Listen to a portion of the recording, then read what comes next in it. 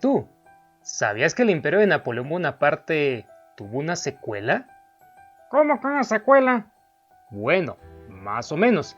El caso es que sí hubo más de un Bonaparte que llegó a convertirse en emperador de Francia y que causó un gran alboroto en el escenario político y militar de toda Europa. Luego de la derrota de Napoleón Bonaparte, sus vencedores se reunieron en el Congreso de Viena, que se celebró en 1814. ¿La razón?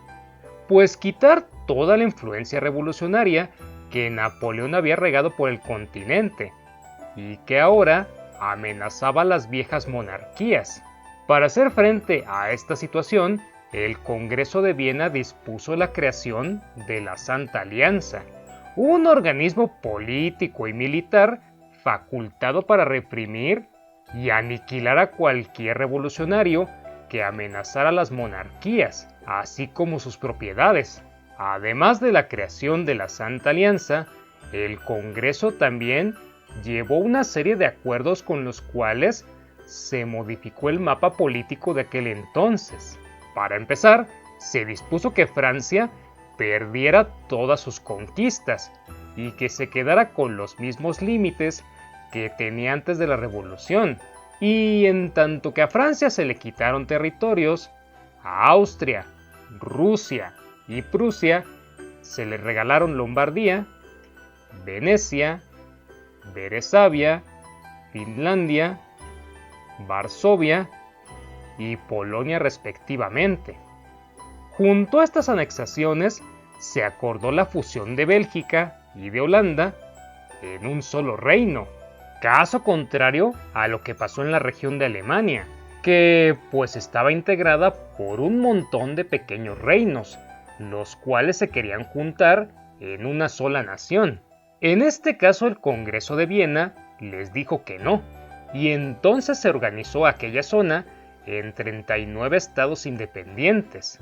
Y por último, se restableció la monarquía en Francia, sentando en el trono a Luis XVIII.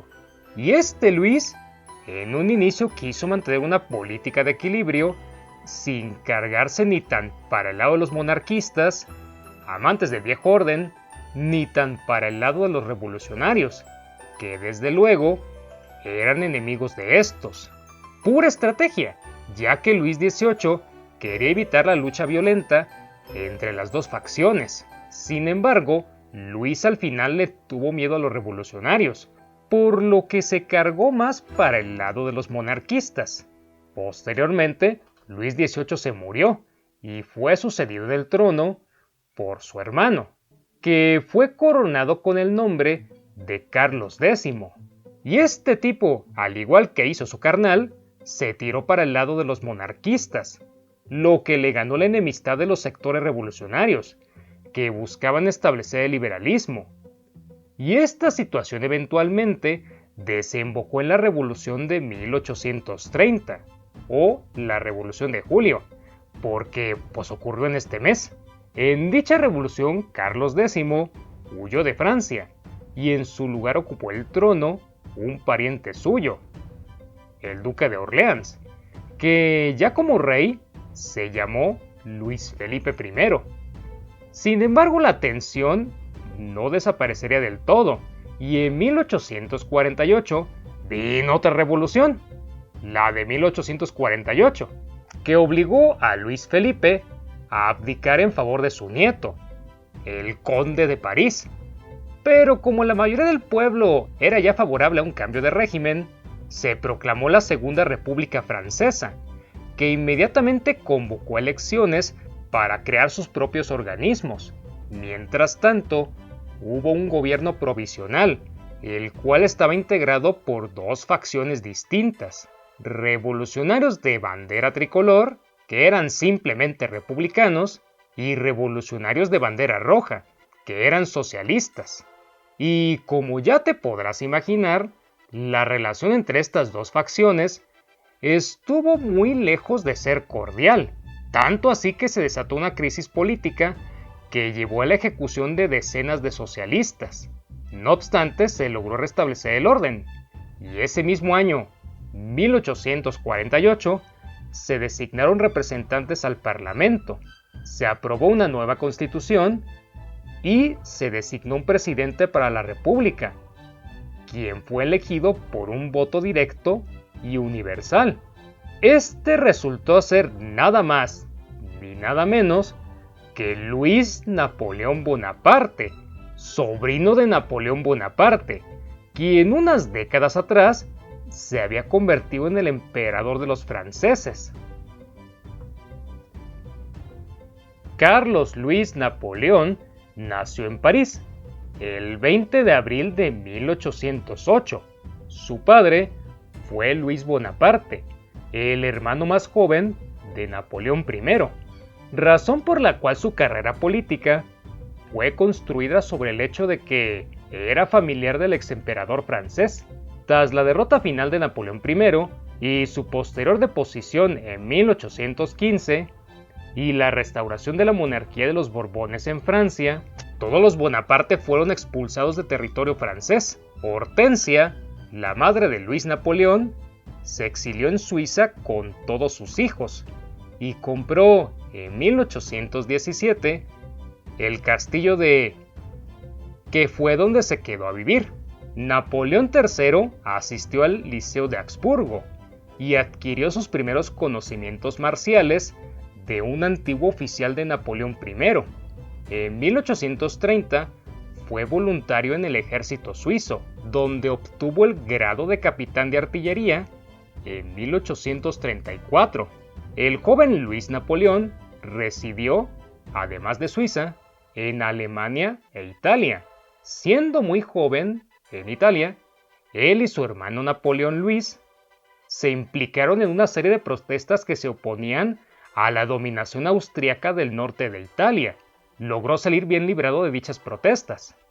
Sin embargo, no volvió a quedarse tranquilo y en octubre de 1836 regresó a Francia, lugar en el que no había estado desde su niñez. Una vez ahí, intentó dar un golpe de estado en Estrasburgo.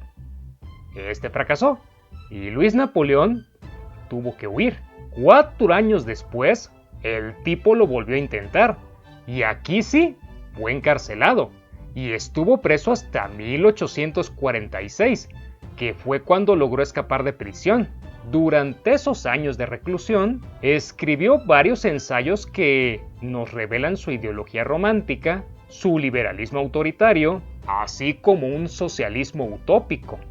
Varias de las ideas que, ya como emperador, Luis Bonaparte intentaría poner en práctica. Bueno, ¿y por qué el tipo dio esos golpes de estado en Francia? ¿Qué, quería ocupar el poder o qué? Efectivamente, mi hermano. Recordemos que Luis Napoleón era sobrino de Napoleón I, que fue emperador de los franceses a inicios del siglo XIX. Bueno, pues Luis Napoleón tenía pleno conocimiento de su linaje, motivo por el que juzgó que su destino era gobernar como lo hizo su tío décadas antes, y por eso intentó tirar el régimen monárquico instaurado en Francia luego del Congreso de Viena. Ahora, posterior a su escape, Luis Napoleón vivió en Gran Bretaña hasta la Revolución de 1848, que depuso al rey Luis Felipe I y que estableció la Segunda República Francesa. Viendo que podía regresar a Francia, volvió para meterse en la política, y en junio del mismo 1848 fue elegido diputado y ocupó un escaño en la Asamblea para el mes de septiembre. En noviembre se promulgó la Constitución de la Segunda República y se presentó como candidato a la presidencia, comicios en los cuales resultó victorioso con una abrumadora mayoría. Su promesa de no más impuestos y su lema de abajo los ricos le ganaron el favor de los sectores rurales, quienes representaban una amplia mayoría del electorado francés. Además, su apellido también le jugó a favor suyo. ¿Luis Eugene Cavignac? Oye, ¿y ese quién es? Sepa, no lo había oído jamás. Oye, mira, Luis Bonaparte. ¿Bonaparte? ¿Como el emperador Napoleón Bonaparte? Se me hace que sí. Ese hombre sí que era un patriota. Creo que voy a votar por él. También yo. Para los electores, la candidatura de Luis Napoleón significaba la restauración del orden luego de meses de agitación política, además de la promesa de un gobierno fuerte, de consolidación social, así como del resurgir de la grandeza nacional, motivos a los cuales Luis apeló, utilizando su apellido, trayendo con ello la memoria de su tío, Napoleón I, quien ya para ese momento era considerado un héroe nacional. No obstante, un factor influyó drásticamente en la presidencia de Luis Napoleón. En mayo de 1849 se celebraron elecciones para integrar la Asamblea Nacional, las cuales ganaron los miembros del grupo promonárquico francés. Y con este grupo, Luis Napoleón tendría una importante cantidad de roces a lo largo de su presidencia, ya que estos eran de tendencia conservadora, mientras que Luis era liberal, autoritario, pero liberal al fin. Aunado a ello, Luis quiso poner en marcha una reforma que aumentaba la duración de su mandato. Sin embargo, la Asamblea se opuso, y esto lo disgustó profundamente, cosa que abonaría al plan que Luis fue fraguando durante su administración. Finalmente, el 2 de diciembre de 1851, Luis Napoleón dio un golpe de estado, presentándose ante los franceses como el defensor de la democracia, frente a la Asamblea, que era tachada de restringirla. Resulta que durante ese tiempo, la Asamblea votó una ley, la cual acotó el voto a tan solo una parte de la población francesa, dejándose por fuera a un buen número del electorado. De ahí que la gente, inevitablemente, se tirara para el lado de Luis Napoleón. La crisis fue superada mediante la celebración de un plebiscito popular, que le fue favorable al presidente y que aumentó su autoritarismo, mismo que ejerció contra los republicanos extremistas y los monarquistas. Más tarde, en enero de 1852, se promulgó una nueva constitución que reforzó los poderes del Ejecutivo y que disminuyó el del Legislativo. Pero las cosas no se quedarían ahí, y el primer aniversario del golpe de Estado, se proclamó oficialmente el Segundo Imperio Francés, con Luis Napoleón a la cabeza de este, que a partir de ese momento sería conocido como Napoleón III. ¿Tercero? ¿Y qué pasó con el segundo? Ese fue un hijo del Napoleón I, el cual desafortunadamente jamás llegó a gobernar, en parte porque murió muy joven, sin siquiera haber llegado a los 25 años de edad. Luis Napoleón entonces dijo, pues como yo soy descendiente del primer Napoleón y también tengo un imperio, ahora quiero ser Napoleón III. Y ahora sí, el segundo imperio francés se divide en tres etapas: el imperio autoritario, el imperio liberal y el imperio parlamentario. Veamos el primero. Ahí, Napoleón III gobernó sin oposición y fue casi tan poderoso como su tío en el terreno militar. Ok, exagero, pero sí transformó a Francia en una potencia militar competente, y reflejo de ello es su participación en la Guerra de Crimea, conflicto en el que, junto al Reino Unido, logró ponerle un estate quieto a Rusia, que intentaba meter su cuchara en el mar Mediterráneo. También ayudó a los italianos expulsando a Austria de la parte central de la península. Avanzó con la penetración en Argelia y acrecentó los negocios coloniales de Francia en el sudeste asiático. Por último, pero no menos importante, realizó una intervención militar en México, ello con el fin de instaurar una monarquía en dicho país. En el plano interno, Napoleón se apoyó en el ejército, la burguesía y la iglesia para poder controlar el país, maniobra que efectivamente le trajo bastantes dividendos políticos. Sin embargo, estos no resultarían ser permanentes, razón por la cual Napoleón comenzó a girar hacia la izquierda en busca de nuevos apoyos. Y es así como llega la segunda etapa, el Imperio Liberal.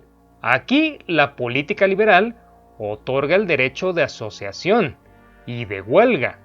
Además, acrecenta la libertad de expresión y pasa una iniciativa parlamentaria para controlar los presupuestos por parte de las dos cámaras.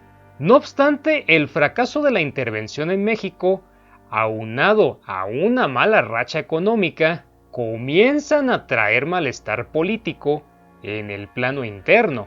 Fuera de Francia, la cosa tampoco estuvo tan resplandeciente como en los inicios del imperio. Como ya mencionábamos, estuvo el caso de México, pero propiamente dicho en el terreno europeo, el papel de Francia, o mejor dicho, el protagonismo de Francia, fue arrebatado por el reino de Prusia, que por aquel entonces ya había iniciado su andar para lograr la unificación de la región de Alemania. Y esto pues obviamente no le venía en gracia a Napoleón III, quien veía con recelo el fortalecimiento de Prusia, que, para acabarla de moler, fue bastante rápido. Así, en unas pocas semanas, Prusia se convirtió en un monstruo militar, lo que motivaría a su vez a que Napoleón III terminara su aventura en México de una vez por todas, para traer de regreso al ejército y tener con qué hacerle frente a Prusia, si ésta llegaba a atacar. Así, con el malestar político y la consecuente oposición que esto comenzó a generar dentro de Francia, vino el tercer y último escaño del imperio, el parlamentario, que se llama así por una serie de reformas que se proclamaron durante este tiempo, las cuales fortalecían al parlamento y le quitaban poder al emperador. Todo ello fruto del avance que iban teniendo los opositores a Napoleón III. En este periodo, como ves, el poder del emperador se estaba esfumando, pareciendo ya una sombra de lo que había sido al comienzo. Pero lo peor no fue que tuviera que compartir el poder con un cada vez más vigoroso parlamento, sino lo que pasó en el exterior. Ahí, las malas gestiones de Napoleón desatarían un conflicto que terminaría por acabar con el Segundo Imperio francés, la Guerra Franco-Prusiana, que enfrentó a la France de Napoleón contra Prusia y sus aliados de Alemania. Todo comenzó en 1868. Hubo una revolución en España, misma que derrocó a la reina Isabel II, con lo que el trono de aquella nación quedó vacante. Entonces un primo del rey de Prusia, Guillermo I, se postuló para dicho cargo, y esto disgustó enormemente a Napoleón III, quien le reclamó a Prusia. El primo de Guillermo entonces quitó su candidatura. No obstante, esto no dejó a gusto a Napoleón III, y le exigió a Guillermo I que firmase un documento en el que se especificara que ningún otro príncipe prusiano iba a postularse al trono español. Guillermo I se negó, y Napoleón III le declaró la guerra a Prusia, con lo que se iniciaría la Guerra Franco-Prusiana. Mas esto era justamente lo que Prusia quería, y por eso había armado todo el numerito de postular un príncipe al trono español, para provocar a Napoleón y que éste cayera en su juego, cosa que efectivamente sucedió. ¿Por qué? Por miedo. Durante las guerras de unificación en Alemania, Prusia había derrotado a Austria, lo cual hizo temer a Napoleón III. Después de todo, Si Austria ya había sido vencida, pues lo mismo podía pasarle a Francia también. Con ello, Prusia se convirtió en la obsesión de Napoleón III, obsesión que lo llevaría a traer de regreso al ejército francés, y obsesión que lo haría desconfiar de la postulación del primo de Guillermo I. Esta guerra la perdería Francia, que rápidamente se vería invadida por el ejército prusiano, así como por los aliados de este. Napoleón III fue capturado y obligado a abdicar.